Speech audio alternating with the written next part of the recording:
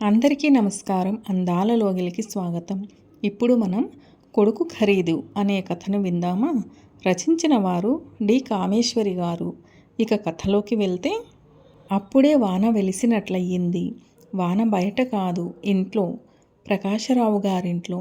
అప్పటికి గంట క్రితం భార్యాభర్త, అరగంట క్రితం నుంచి అత్తగారు, రెండో కోడలు సునీత మధ్య వాగ్యుద్ధం చెలరేగి చిన్న సైజు తుఫానుగా మారబోతుండగా కూరల సంచులతో స్కూటర్ దిగి ఇంట్లో అడుగుపెట్టారు ప్రకాశరావు గారు. అప్పటికి తాత్కాలికంగా వాన వెలిసినట్టు నిశ్శబ్దం అయ్యింది. మామగారిని చూసి చిన్న కోడలు సునీత విసవిస గదిలోకి వెళ్ళిపోయింది. పెద్ద కోడలు పద్మ తల వంచుకుని వంటగదిలోకి నడిచింది. రెండో కొడుకు అజయ్ ఎర్రబడ్డ మొహం తండ్రికి చూపడం ఇష్టం లేనట్టు పేపరు మొహానికి అడ్డం పెట్టుకున్నాడు. భార్య కమలమ్మ ఆవేశంగా ఎగిరిపడుతున్న గుండెలతో, ఎర్రబడిన మొహంతో భర్త వంక చురచురా చూసింది. ఇంట్లో అడుగుపెట్టగానే ఎదురైన వాతావరణం మరీ అంత కొత్తది కాదు. మొదటిసారి కాకపోవడంతో ఆయన తాపీగా కూరల సంచులు వంటింటి గుమ్మం దగ్గర దింపి ఏమైందన్నట్లు భార్య వంక చూశారు. నా కర్మ, నా రాత అన్నట్టు ఆవిడ నుదుటి మీద తపతపా కొట్టుకుంది. పద్మ కాఫీ గ్లాసు తెచ్చి మా అమ్మగారికి ఇచ్చింది. ఏమైందమ్మా అన్నారాయన. ఏం చెప్పను, ఎలా చెప్పనన్నట్టు నిస్సహాయంగా అత్తగారి వంక మామగారి వంక చూసి వంటింట్లోకి తప్పుకుంది. ఊరికే అన్నారా పెద్దలు? ఎంత అనుభవంతో చెప్పారు. సమాన బియ్యం సమాన కయ్యం అంటారు. పిల్లనిచ్చినప్పుడు ఓ మెట్టు ఎక్కువ చూసి ఇమ్మంటారు. తెచ్చుకున్నప్పుడు కాస్త దిగువ మెట్టు మీద పిల్లని తెచ్చుకోమంటారు. ఏమిటే గొడవ? ఏం జరిగింది? సరిగా చెప్పకుండా విసుక్కున్నారాయన. అజయ్ లేచి గదిలోకి వెళ్ళిపోయాడు. తర్వాత చెప్తాను, అంతా చెప్తాను అన్నట్టు భర్తకి సైగ చేసింది కళ్ళతో కమలమ్మ. ప్రకాశరావు గారిది బ్యాంకుకి మేనేజరు ఉద్యోగం. గుమాస్తాగా చేసి స్వశక్తితో పైకి వచ్చి కిందటేడే బ్యాంకు మేనేజర్ అయ్యి మరుసటి సంవత్సరం రిటైర్ అవ్వడానికి సిద్ధంగా ఉన్న మధ్యతరగతి సంసారి. 2 కొడుకులు, 1 కూతురు. కూతుర్ని అయినింటే ఇచ్చారు. పెద్ద కొడుకు విజయ్కి చదువు సరిగా అబ్బక బీకాం ఎలాగో అయిందనిపించాడు. ఎలాగో వీళ్ళని వాళ్ళని పట్టుకుని బ్యాంకులో ఉద్యోగం వేయించారాయన. పద్మ కాస్త లేనింటి పిల్ల అయినా చక్కని చుక్క అని కొడుక్కి చేసుకున్నారు. చేసుకున్నందుకు ఏనాడు వాళ్ళు విచారించాల్సిన అవసరం రానియలేదు పద్మ. రెండో కొడుకు అజయ్ చిన్నప్పటి నుంచి చురుకు, మంచి తెలివితేటలతో ఇంజనీరింగ్ చదివి మంచి కంపెనీలో ఉద్యోగం చేస్తున్నాడు. ఆ కంపెనీ మేనేజింగ్ డైరెక్టర్ పార్థసారథి గారు అజయ్ స్మార్ట్నెస్, తెలివితేటలు చూసి కూతుర్ని ప్రపోజ్ చేశాడు. సునీతలో అందం కంటే మెరుగులు ఎక్కువ, అణుకువ కంటే ఆడిందాటగా పెరిగి మంకుతనం అలవడి తన మాటే నెగ్గాలన్న అహంకారి. ఇంజనీర్ అయిన అజయ్ని ఇష్టపడే పెళ్ళాడాక అత్తవారు తమకంటే తక్కువ వారని గ్రహించడంతో వాళ్ల పట్ల ఓ చులకన భావం అలవరుచుకుంది. తమ ఇంట్లో సౌకర్యాలు అత్తవారింట్లో లేవని గొనవడంతో మొదలుపెట్టి పెళ్ళైన 3-4 నెలల్లోనే అదను దొరికినప్పుడల్లా దెప్పడం ఆరంభించింది. ముందు కేవలం భర్త దగ్గర మొదలుపెట్టి 6 నెలలు తిరిగేసరికి అత్తగారి ముందు, అందరి ముందు చులకనగా మాట్లాడటం, ఇంట్లో పని ముట్టకుండా తనేదో మహారాణి అన్నట్టు, తోడికోడలు లేనింటిది కాబట్టి పనంతా ఆమె చెయ్యాలన్నట్టు ప్రవర్తించేది. ఇంటికి ఎవరొచ్చినా తమ పుట్టింటి వారి గొప్పలు చెప్పడం, తనకెన్ని రకాల చీరలున్నాయో చూపడం, తను తెచ్చిన మంచాలు, పరుపులు, బీరువా, డ్రెస్సింగ్ టేబుల్, 2-in-1 వెండి సామాను, నగలు అన్నీ చూపిస్తూ గర్వంగా అందరినీ చూసేది. ముందు 2-3 నెలలు కమలమ్మ ఏదో చిన్నతనం, పుట్టినింట్లో అపురూపంగా పెరిగింది, తనే నెమ్మదిగా మారుతుంది అనుకుంది. కానీ రోజులు గడిచే కొద్దీ కోడలి అహంభావం, అహంకారం పెరగడం తప్ప తమతో కలిసిమెలిసిపోయే గుణం కనపడకపోవడంతో ఆవిడ నెమ్మదిగానే పద్మ ఒక్కర్తి ఉంది, వంటింట్లోకి వెళ్ళి కాస్త సాయం చెయ్యు అన్నా సునీత నిర్లక్ష్యంగా నాకేం రాదు బాబు పని అనేది. మామగారి కన్నా కాస్త మర్యాద ఇవ్వకుండా కాళ్ళాడిస్తూ పుస్తకం చదువుతూ పక్కన ఏ చిరుతిండో పెట్టుకొని టీవీ చూస్తూ కూర్చునే కోడలికి ఏం చెప్పాలో ఎలా చెప్పాలో ఆవిడకి తెలియలేదు. పని పాటు చేయకపోయినా కాస్త సౌమ్యంగా, కలివిడిగా, ఆప్యాయంగా ఉంటే ఎవరూ పట్టించుకునేవారు కాదేమో. ప్రతిదానికి పనివాళ్ల మీద కేకలు, వండిన వంటలకు వంకలు పెట్టడం, అజయ్ ఏ వస్తువన్నా తేవడం మర్చిపోతే అందరి ఎదురుగానే మొగుడి మీద ఎగరడం, అత్తగారి పొగురుగా జవాబివ్వడం, ఇవన్నీ ఎవరికి నచ్చకపోయినా ఏం చెయ్యాలో తెలియక ఊరుకున్నారు. అంతటితో ఆగకుండా ఈ మధ్య ఏ మాటొచ్చినా తన వాళ్ళు కట్నం ఇచ్చారని, పెళ్లి ఖర్చు 1,00,000 అని, సామాను 30,000 నగలు 1,00,000 అని, మా వాళ్ళు నాకు అన్నయ్యలతో పాటు ఆస్తి ఇస్తారని గొప్పలు చెప్పడం ఎక్కువయింది. సునీత ఈ ప్రవర్తనకి సగం సహజగుణం కాగా, ఆ గుణానికి ఆజ్యం పోసింది ఆ ఇంట్లో పద్మ ఉనికి. పద్మ లేనింటి పిల్ల అయినా చక్కని చుక్క, మంచి రంగు, అందమైన కళ్ళు, నల్లటి జుత్తు, చూడగానే ఆకట్టుకునే రూపం. తోడికోడలు తనకంటే అందమైనది అవడం సునీతలో ఈర్ష్య కలిగించింది. ఆ అసూయతోడు ఆ ఇంట్లో అందరూ పద్మని అభిమానంగా, గౌరవంగా చూడడం, అందరూ ప్రతి పనికి ఆమె మీద ఆధారపడుతూ ఆమె ఆ ఇంట్లో కేంద్ర బిందువు అవ్వడం సునీతలో అక్కసుని రేపింది. తానింత గొప్పింటి నుంచి వచ్చినా, ఇన్ని సామాన్లు, ఇంత కట్నం తెచ్చినా ఇంట్లో అందరూ ఏమీ లేని పద్మని అభిమానించడం సహించలేకపోయింది. దాంతో ఏదో విధంగా పద్మని హేళన చేయడం, వ్యంగ్యంగా మాట్లాడటం, ఆమె మొహం చిన్నపోతే ఆనందించి శాడిస్ట్ మెంటాలిటీ అలవరుచుకుని ఆమెని చిన్నపుచ్చడానికి, మాకింతుంది, ఇది తెచ్చాను, ఇవన్నీ మా వాళ్ళిచ్చినవే, నేనేం చేతులు ఊపుకుంటూ మారుచీరతో రాలేదు లాంటి మాటలు పనివాళ్ల దగ్గర ఇరుగమ్మతో పొరుగమ్మతో అంటూ పద్మని చిన్నపుచ్చేది. ఈ పూర్వకథకి తోడు వారం రోజుల నుంచి తను వీసీఆర్ కొనాలని భర్తని వేధించడం ఆరంభించింది. అజయ్ డబ్బు లేదన్నాడు. ఇప్పుడంతా డబ్బు పెట్టి కొనాల్సిన అవసరం లేదన్నాడు. డబ్బెందుకు లేదు? మీ దగ్గర లేకపోతే మా వాళ్ళిచ్చిన దాంట్లో నుంచి ఇవ్వండి. మీ వాళ్ళిచ్చిందా? ఎప్పుడిచ్చారు? ఆశ్చర్యంగా అడిగాడు. ఏమిటా నటన?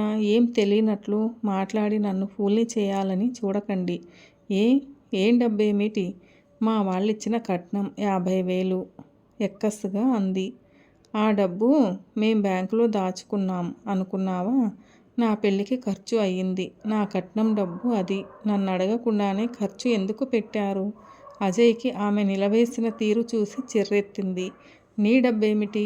మీ నాన్న మాకిచ్చిన డబ్బు అది. మా ఇష్టం వచ్చినట్టు ఖర్చు పెట్టుకుంటాం. సునీత మొహం ఎర్రబడింది. అంటే ఆ డబ్బంతా వాడేశారా? అసలు మా నాన్నగారు నా పేరునే బ్యాంకులో వేద్దాం అనుకున్నారు. బాగుండదని ఊరుకున్నారు. అది ఖర్చు పెట్టడానికి మీ వాళ్ళకి అధికారం ఎవరిచ్చారు అంటూ ఎగిరిపడింది. కట్నం ఇచ్చి నన్ను కొనుక్కున్నావనుకోకు. ఊరుకుంటుంటే మరీ ఎక్కువ అవుతోంది నీ వ్యవహారం. మీ నాన్న ఇచ్చింది కట్నం కాదు, లంచం. నీలాంటి భార్యని జీవితాంతం భరించడానికి ఇచ్చిన స్వల్ప మొత్తం లంచం ఇచ్చి నిన్ను నాకంట కట్టారు. భార్య ప్రవర్తనకి విసిగిపోయి ఉన్న అజయ్ అవకాశం చూసి దెబ్బ కొట్టాడు. ఏమిటి? ఏమన్నారు? నన్ను అంటకట్టారా? దానికి లంచం ఇచ్చారంటారా? భద్రకాళిలా ఎగిరిపడింది. ఆమె అహం దెబ్బతినడంతో ఏమంటుంది తెలియనంతగా ఆవేశపడి నానా మాటలు అనడం మొదలుపెట్టింది. అజయ్ విసురుగా చెప్పులు వేసుకుని, చీచీ, పైపై మెరుగులకు మోసపోయి పెళ్ళాడాను. ఆదివారం అన్నా కొంపలో శాంతిగా ఉండనియ్యవు అంటూ విసవిస గదిలో నుంచి బయటికి వచ్చేశాడు. ముందు గదిలో కమలమ్మ అంతా వింటూనే ఉంది. ఏమిటా గొడవ? కొడుకు వంక సానుభూతిగా చూస్తూ అంది. ఏముందమ్మా, ఆవిడ కట్నం ఇచ్చి నన్ను కొందట. ఆ డబ్బు తనదట. మనకి ఖర్చు పెట్టే హక్కు లేదట. బాగుంది గొడవ. కట్నం ఇస్తే మనం దాచుకున్నామా? పెళ్ళికేగా ఖర్చు పెట్టాం. అయినా ఎన్నిసార్లు అంటుందా మాట? 1,00,000 సార్లు అంటాను. కట్నం తెచ్చాను గనుక అంటాను. పుచ్చుకోలేంది అంత పౌరుషం ఎందుకు? లోపల నుంచి విసురుగా వచ్చి కసిగా అంది సునీత. అనమ్మ, 1,00,000 సార్లు అను. బుద్ధి గడ్డి తిని మీ సంబంధం చేసుకున్నందుకు, అంతకంటే బుద్ధి తక్కువయ్యి మీరిచ్చిన డబ్బు తీసుకున్నందుకు బాగా అను. తర్వాత ఓ పావుగంట అత్తాకోడలు మాటలు విసురుకున్నారు. అజయ్, పద్మ ప్రేక్షకులయ్యి ఉండిపోయారు. సునీత మొగుడి మీద కోపం, డబ్బులివ్వలేదన్న కక్ష అన్నీ కలిసి అత్తగారైనా చూడకుండా దులిపి పారేసింది. ప్రకాశరావు గారు అప్పుడు రాకపోతే ఇంకా చిలికి చిలికి గాలివాన ఎంత దూరం వెళ్ళేదో కానీ ఆయన రాకతో అప్పటికి ప్రశాంతత చోటు చేసుకుంది. చూడండి, మీరేం చేస్తారో ఎలా తెస్తారో కానీ ఆ 50,000 తెచ్చి దాని మొహాన కొడతారా లేదా? రాత్రి గదిలోకి వస్తూనే మొదలుపెట్టింది కమలమ్మ. ఏ 50,000? ఆశ్చర్యంగా చూశారు ప్రకాశ్రావు గారు. ఎవరికివ్వాలి? ఏమిటండి, రామాయణమంతా విని ఏం తెలియనట్టు అడుగుతారు? మీ చిన్న కోడలు సునీత కట్నంగా తెచ్చిన 50,000 మొహాన కొట్టమంటున్నాను. ఆవిడ మాటలు విని ఇంక భరించే శక్తి నాకు లేదు. ఇంకా రోజు రోజు ఆవిడ చేత మాటలు పడే ఓపిక నాకు లేదు. ఆవిడ గుండెలు ఆవేశంగా ఎగిరిపడ్డాయి. ఏమైంది? ప్రశాంతంగానే అడిగాడు. ఏమవడం ఏమిటి? ఆవిడ తెచ్చిన డబ్బట, అది ఖర్చు చేసే హక్కు మనకి లేదట. వాడిని మనల్ని అనరాని మాటలు అంది ఇవాళ. ఎన్నాళ్ళు ఆవిడ గొప్ప పుట్టింటి గొప్పలతో సరిపెట్టింది. ఇవాళ పెద్దదాన్నైనా చూడకుండా ఎన్ని మాటలందో. మొగుణ్ణి దులిపి పారేసింది. ఇవాళ ప్రత్యేకం. ఈ డబ్బు గొడవెందుకు వచ్చింది? ఆవిడ గారు వీసీఆర్ కొనాలట.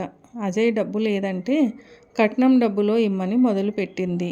చెప్పకపోయావా ఆ డబ్బు మనం దాచుకోలేదని, పెళ్ళికి ఖర్చు చేశామని? ఆ మాత్రం అర్థం చేసుకునే పిల్ల అయితే ఎన్ని మాటలు ఎందుకు? చూడండి, ఈ కొంపలో నేను కాస్త శాంతిగా బతకాలంటే ఆవిడ డబ్బు ఆవిడ మొహాన పారేసి మన పరువు నిలపండి. లేదంటే ఆవిడో నేనో ఈ కొంపలో ఉండే ఏర్పాటు చెయ్యండి విసురుగా అంది కమలమ్మ. కోడలు చేసిన అవమానం ఈరోజు ఆవిడ సహనాన్ని హద్దులు దాటించింది. ఏదో 50 రూపాయలన్నంత సులువుగా అంటున్నావు. అంత డబ్బు ఎక్కడ నుంచి వస్తుంది? ఇంతలో తలుపు మీద వేలితో కొట్టి తలుపు తోసుకుని అజయ్ లోపలికి వచ్చాడు. నాన్నగారు, అమ్మ చెప్పింది నిజమే. మన పరువు దక్కాలంటే, మన మర్యాద నిలబడాలంటే ఆ 50,000 దాని మొహం మీద పారేయాలి. మరీ గడ్డిపోచలా తీసి పారేస్తోంది మనల్ని. నేను ఆఫీసులో 25,000కి లోను పెడతాను. మీరు సగం ఎలాగన్నా సర్దండి నాన్న, చాలా నొచ్చుకుంటూ అన్నాడు కొడుకు. కొడుకు మొహంలోని బాధ, అవమానం చూసి ఈ వ్యవహారం చాలా దూరమే వెళ్ళిందని గుర్తించారు ఆయన. కొడుకు పరిస్థితి ఆయనకు అర్థం అయింది. ఇటు తల్లిదండ్రులు, అటు అహంకారి భార్య మధ్య నలుగుతున్న కొడుకుని సానుభూతిగా చూశారు. ఆయన ఒక్క నిమిషం మౌనంగా ఊరుకుని, ఆలోచిద్దాం, డోంట్ వరీ అజయ్, నేను చూస్తాలే ఈ విషయం. నువ్వెళ్ళు, మనసు పాడు చేసుకోకు అనవసరంగా. వెళ్ళి పడుకో. కొడుకు భుజం తట్టారు ఓదార్పుగా. కొడుకు వెళ్ళాక కమలమ్మ, వాడితోనన్నా సరిగా ఉంటే నేనింత బాధపడకపోదును. ఈరోజు ఎన్ని మాటలంది వాడిని. వాడి మొహం చూడండి. ప్రకాశరావు గారు ఆలోచనలో పడ్డారు. చూద్దాం, రేపు నేను మాట్లాడుతాను ఆ అమ్మాయితో. వాళ్ళ నాన్నగారితో కూడా మాట్లాడుతాను. పడుకో పడుకో. ఊరికే ఆలోచించి బుర్ర పాడు చేసుకోకు. తలగడ మీదకి వాలి అన్నారు ఆయన. 2 రోజుల తర్వాత రాత్రి భోజనాలయ్యాక ఎవరి గదుల్లోకి వాళ్ళు వెళ్ళబోతుంటే అందరినీ ఉద్దేశించి ప్రకాశరావు గారు, మీరంతా ఒక్కసారి ఇలా కూర్చోండి. అజయ్, ఒక పెన్ను కాగితం పట్రా. సునీత, నువ్వు ఇలా రా, నీతో మాట్లాడాలి. మనం కొన్ని లెక్కలు తేల్చుకుందాం ఇవాళ అన్నారు గంభీరంగా ప్రకాశరావు గారు. సునీత మొహం గంటు పెట్టుకుని వచ్చి ఓ కుర్చీలో కూర్చుంది. అజయ్ అర్థం కానట్టు చూశాడు.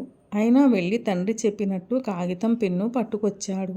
పెద్ద కొడుకు విజయం జరుగుతున్నది తనకి సంబంధించినది కాదన్నట్టు ఓ పుస్తకం తిరిగేస్తూ కూర్చున్నాడు. కమలమ్మకి భర్త ఏం మాట్లాడబోయేది తెలియకపోయినా ఇవాళ ఆయన తాడో పేడో తేలుస్తారు అని అర్థం చేసుకుంది. చూడమ్మా సునీత, ముందుగా మీ వాళ్ళు ఇచ్చిన 50,000 కట్నం గురించి మనం తేల్చుకుందాం. ఎందుకంటే నీవు ఈ ఇంట్లో మాటి మాటికి నేనింత తెచ్చాను, అది నా డబ్బు అన్నట్టు మాట్లాడుతున్నావట. ఈ విషయం మా అందరి పరువుకు సంబంధించింది కనుక. ఆయన మాటి పూర్తి కాకముందే సునీత, ఇచ్చారు కనుక అన్నాను. ఉన్న మాటే అంటే. ప్లీజ్ మధ్యలో మాట్లాడకు. అంతా విన్నాక నీ అభిప్రాయం అడిగినప్పుడు మాట్లాడదువు గాని. కోడలి వంక తీవ్రంగా చూస్తూ అన్నారు ప్రకాశరావు గారు. మీ వాళ్ళు 50,000 ఇచ్చిన మాట నిజం. కట్నం అంటే మగపిల్లి వారికిచ్చే డబ్బు. అది ఎలా ఖర్చు పెట్టినా అది మా ఇష్టం. ఇంతకీ ఇంత కావాలని, ఇవ్వాలని మేము అడగలేదు. మీ నాన్నగారు ఆయన తాహతును బట్టి ఇస్తే పుచ్చుకున్నాం. ఆ పుచ్చుకున్న డబ్బు పెళ్లి ఖర్చుకి వాడాం కానీ బ్యాంకులో దాచుకోలేదు. అజయ్ కాగితం మీద లెక్క వెయ్యి. నీ నగలు 13,000, నీ చీరలు 6,000, మీ వాళ్ళ బట్టలు 2000, అజయ్ బట్టలు 4000. మా కింద మేము ఖర్చు పెట్టుకున్నది కేవలం ఇంటిల్లిపాదికి బట్టలు 3000 మాత్రం. ఆ తరువాత బాజా భజంత్రీలు, గృహప్రవేశం, మా బంధువులకిచ్చిన బట్టలు అన్నీ కలిసి నాకు 60,000 అయింది. అంటే మీరిచ్చింది కాక 10,000 నా చేతి నుంచి పడింది. మీ కొడుకు పెళ్లి ఖర్చు మీరు పెట్టుకోవాల్సింది మా డబ్బుతో వాడతారా? వ్యంగ్యంగా అంది. ఆమె మాట్లాడిన తీరుకి అందరికీ కోపం ముంచుకు వచ్చింది. ప్రకాశరావు గారు తమాయించుకున్నారు. అవును, ఆ డబ్బు నిన్ను మావాడు పెళ్లి చేసుకోవడానికి మీ నాన్నగారు ఇచ్చారు మాకు. నీ మాటల్లో చెప్పాలంటే ఆ 50,000 ఇచ్చి మా వాడిని కొనుక్కున్నావు, అవునా? మరి ఓసారి డబ్బిచ్చి వస్తువు కొన్నాక ఆ డబ్బు నీదెలా అవుతుంది? అంచేత మా డబ్బు మేం ఎలా ఖర్చు పెట్టినా అడిగే హక్కు నీకు లేదు. ఈ పాయింట్ క్లియర్ అయిందనుకుంటాను గంభీరంగా అన్నారు. సునీత మొహం నల్లబడింది. కానీ మామగారి నోటి నుంచి తన భర్తని కొనుక్కున్నావన్న మాట వినడం సంతోషించింది. ఇదిగో సునీత, నువ్వు కట్నం ఇచ్చానని మా అబ్బాయిని కొనుక్కున్నావని అందరి దగ్గర అనడం మేం సహించలేకపోతున్నాం. ఇది మా అందరికీ అవమానంగా ఉంది. అంచేత నీవు ఇచ్చిన డబ్బు నీకు వాపసు ఇవ్వాలని నిర్ణయించుకున్నాం. ఇదిగో 50,000కి చెక్కు. అంటే దీనర్థం నీకింక మేము బాకీ లేము సరికదా? నీకే మేము నగలు, చీరలు, మీ వాళ్ళకి బట్టలు అన్నీ పెట్టామని గుర్తుంచుకో. నీ లెక్క తేలిపోయింది కనుక మా వాడిని మేం నీకు అమ్మలేదు కనుక ఈ రోజు నుంచి మా అబ్బాయి సంపాదన మాది. వాడి డబ్బు మేమిష్టం వచ్చినట్లు ఖర్చు పెట్టుకుంటాం. నిన్ను చేసుకున్నాడు కనుక నీ తిండి, బట్ట, పోషణ భారం వాడిది. వాడి సంపాదన ఖర్చు విషయం ఈ రోజు నుంచి మేం చూసుకుంటాం. నీకు ఏదన్నా దేనికన్నా కావాలంటే మీ అత్తగారికి చెప్పి ఆవిడ దగ్గర తీసుకోవాలి. అదిగో ఇక తన కామెడీకి నేను వస్తువు. చిరుకోపం వచ్చింది. అంతలోనే నవ్వు. ఆపై కడుపుబ్బ నవ్వు వచ్చింది. ఎన్నాళ్ళయింది మనసారా ఇలా నవ్వి? నా మీదే జోకుల బాణాలు సంధిస్తున్నా కోపం స్థాని మనసైన నవ్వు విరబోయించాడు.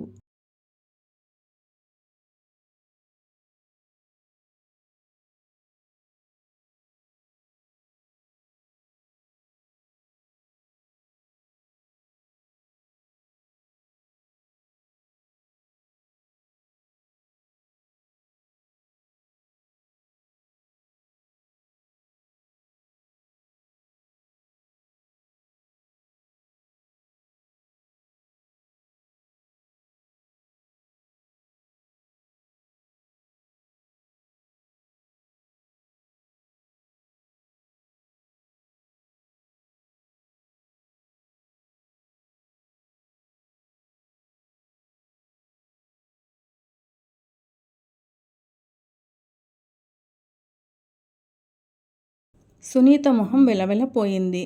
మామగారి మాటలకు అర్థం బోధపడగానే మొహం ఎర్రబడింది. నేనాయన భార్యని, మీ ఇంటిలో పనిమనిషిని కాదు.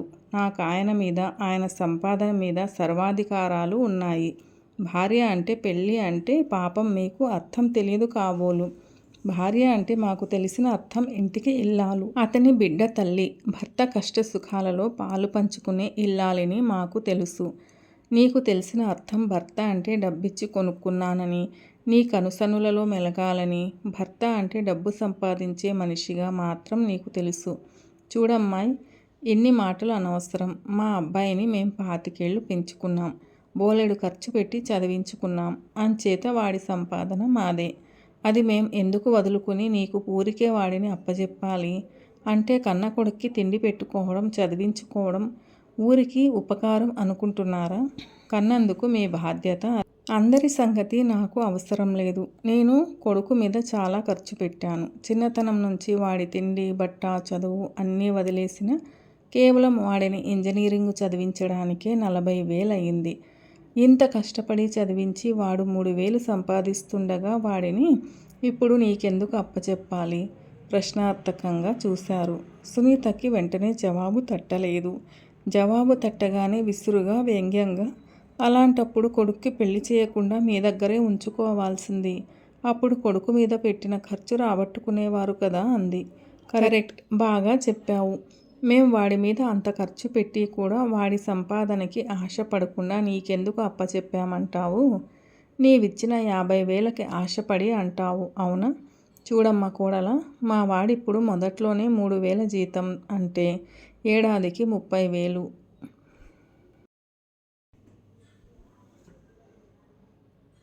ఏడాదికి 36,000. ఇంకొన్నాళ్లలో 5,000, తర్వాత 8,000, రిటైర్ అయ్యే నాటికి 10,000 ఉండవచ్చు. వాడికి ఇంకో 30 ఏళ్ళు ఉద్యోగం చేస్తే అధమం నెలకి 3,000 చూసుకున్నా 10 లక్షల పైనే సంపాదిస్తాడు. నీవిచ్చే 50,000కి ఆశపడి సంపాదించే కొడుకుని నీకెందుకు అప్పజెప్పాం?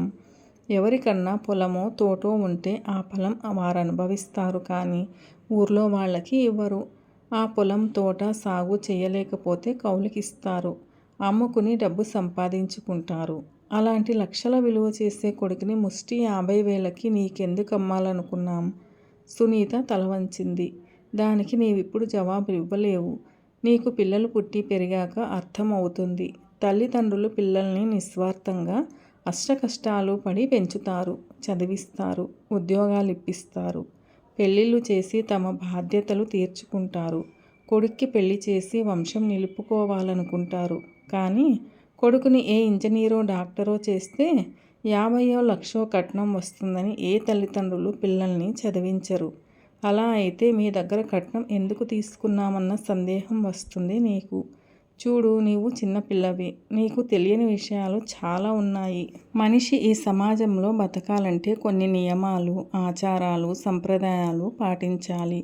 అందులో మధ్యతరగతి మానవులు ఈ ఆచార వ్యవహారాల చిక్కుముక్కులు మధ్య బందీలు. అటు లక్షాధికారులకి డబ్బు సమస్య లేదు కనుక డబ్బు విరజిమ్మగలరు. ఇటు అట్టడుగువారు బదిలిచ్చి పిల్లను తెచ్చుకునేవారి ఈ కట్నాల సమస్య లేదు. ఎటొచ్చి ఈ మధ్యతరగతి సంసారి అన్ని సంప్రదాయాలకి కట్టుబడి ఉండాలి. కొడుకైనా కూతురైనా పెళ్ళిళ్ళప్పుడే కొన్ని ఇచ్చిపుచ్చుకోవడాలు తప్పవు.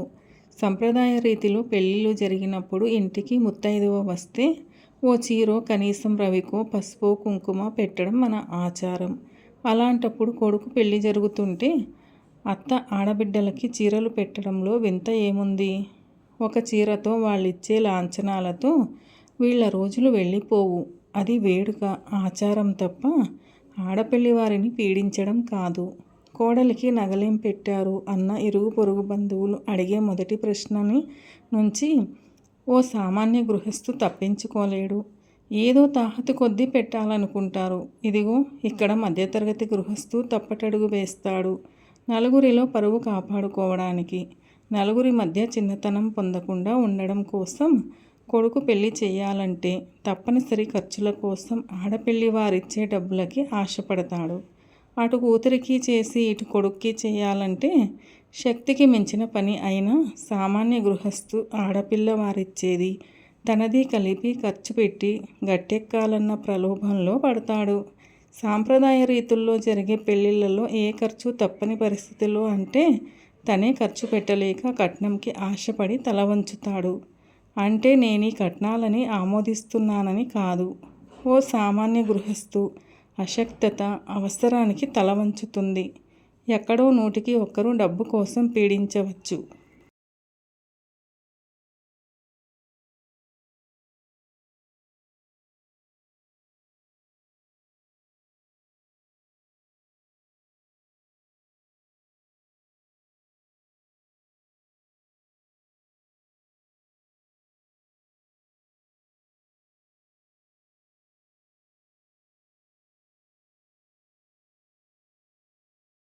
ఇచ్చిన కట్నాలు దాచుకునే పిసినారి ఉండవచ్చు. 100కి 90 మంది పెళ్లి ఖర్చులకే వినియోగిస్తారు తప్ప బ్యాంకులో దాచుకోవాలని ఎవరూ తీసుకోరు. నా పాయింట్ అర్థమైందనుకుంటాను. సునీత మాట్లాడలేక చూపులు దించుకుంది. ఆడపిల్లని కన్నవారు ఏ ఖర్చు పెట్టకూడదనుకుంటే ఇటు అత్తవారిచ్చే నగలకి ఆశపడకండి. ఏ ఆచారాలు ఇచ్చిపుచ్చుకోవడాలు లేకుండా మీ యువతరం పెళ్లి రిజిస్టర్ మ్యారేజ్ చేసుకుని రండి. అంతేకాని సరదాలు సంప్రదాయాలు పాటించాలి, అందరూ రావాలి, ఖర్చు మాత్రం అవ్వకూడదు అనే పద్ధతికి స్వస్తి చెప్పి ధైర్యంగా రిజిస్టర్ పెళ్లి చేసుకోండి. తర్వాత కూతురికి తల్లిదండ్రులు ఇచ్చుకునే కానుకలు, సారెలు కూతురే అనుభవిస్తుంది. నీవు తెచ్చుకున్న సామాను నీ గదిలో పెట్టుకున్నావు. మేం వాటిని వేలితో కూడా తాకలేదు. ఆ సామాను ఎవరి తాహతులని బట్టి వారిస్తారు. తండ్రి మొదలు పెట్టి ఎలా నరుక్కు వస్తున్నది భార్య మొహంలో మారే రంగులు చూసి సంతోషిస్తాడు అజయ్. బాగా చెప్పారు అన్నట్టు కమలమ్మ మెచ్చుకోలుగా చూసింది. సునీత తల ఇంకొంచెం కిందికి వాలింది. సునీత, నీకు ఇంకో విషయం చెప్పాలి. నీవేదో చాలా గొప్పింటి నుంచి వచ్చానని, కట్న కానుకలు తెచ్చానని పదే పదే అందరితో చెప్తూ పద్మని కావాలని చిన్నపుచ్చుతున్నట్లు విన్నాను. ఆ అమ్మాయి నీలా కలవారింట పుట్టలేదు. ఆమె అందమే మావాడికి కట్నం. ఆమె అణుకువ, సౌమ్యత మాకు లాంఛనాలుగా ఇచ్చింది. ఆమె మాకు పంచి ఇచ్చిన అభిమానం, గౌరవమే మాకు సారిగా తెచ్చింది. ఏ అత్తవారైనా కోడలి నుంచి కోరుకునేవి ఇవే. సునీత మొహం నల్లబడిపోయింది. సునీత, నీవు మా ఇంట్లో ఉన్నావు గాని మీ ఇంట్లో మేము లేము. ఇంట్లో ఉన్నందుకు మాకేదో 1000 రూపాయలు ఇచ్చి మిగతాదంతా నీ సరదాలకే ఖర్చు పెట్టుకుంటున్నావు. మా ఇంట్లో ఉంటూ మమ్మల్ని చిన్నచూపు చూసే నీ అహంకారాన్ని సహించం. ఇక అందరం కలిసి ఉన్నామన్న ఆనందం, సంతృప్తి లేకుండా నీ ప్రవర్తనతో మాకు మనస్తాపం కలిగిస్తున్నావు. ఈ ఇంట్లో మేం ఉన్నన్ని రోజులు సర్వాధికారాలు మావి. అలా మా అధికారానికి తలవగ్గి కోడలిగా అణకువగా ఉండకపోతే మీరు వేరింటి కాపురం పెట్టుకోండి.